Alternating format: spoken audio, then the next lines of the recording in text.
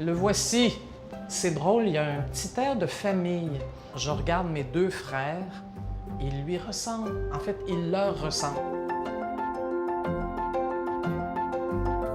Je n'ai pas été élevé dans la culture de mon arrière-grand-père. On ne m'en parlait pas tous les jours. Je l'ai découvert, j'étais déjà jeune femme.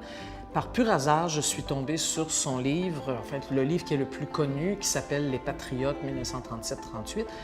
Et là, j'ai découvert un bon écrivain, nationaliste, convaincant, très préoccupé par l'avancement de ce qu'on appelait à l'époque les Canadiens français.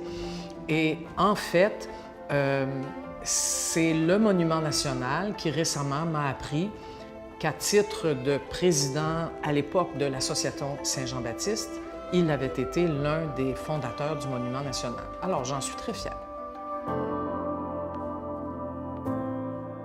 La mission que s'était donnée Laurent-Olivier David était à la fois d'éduquer tous ces Québécois arrivés des campagnes et qui avaient un faible niveau d'éducation, Québécois d'origine francophone, mais aussi offrir au public francophone de Montréal de la culture, du divertissement en français. On n'imagine pas aujourd'hui l'importance que ça avait à l'époque. Moi, j'aime que les lieux aient une âme. J'aime beaucoup qu'ils aient une histoire.